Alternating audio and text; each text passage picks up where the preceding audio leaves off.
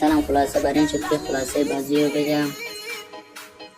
حالا یه پاس تو عرض خود موسوی میگیرن، دوباره پاس تو عرض خود احمد موسوی میزنه توپو با یک طرف کم از کنار دروازه میره و سید احمد موسوی با این خنده تلخش و سالون زیبایی کلین و بام میبینیم حالا دروازه‌بان امید مهاجر توپو ساند میکنه که اینما از ورزشگاه میذارن و همه نگاه ها بید دروازه‌بان امید مهاجر. حالا خود موسوی نوک وایساده، یه پاسی تو عرض خود موسوی میخواد چیکار کنه. خود موسوی یه لحظه توپ ازش میگیره سید احمد موسوی.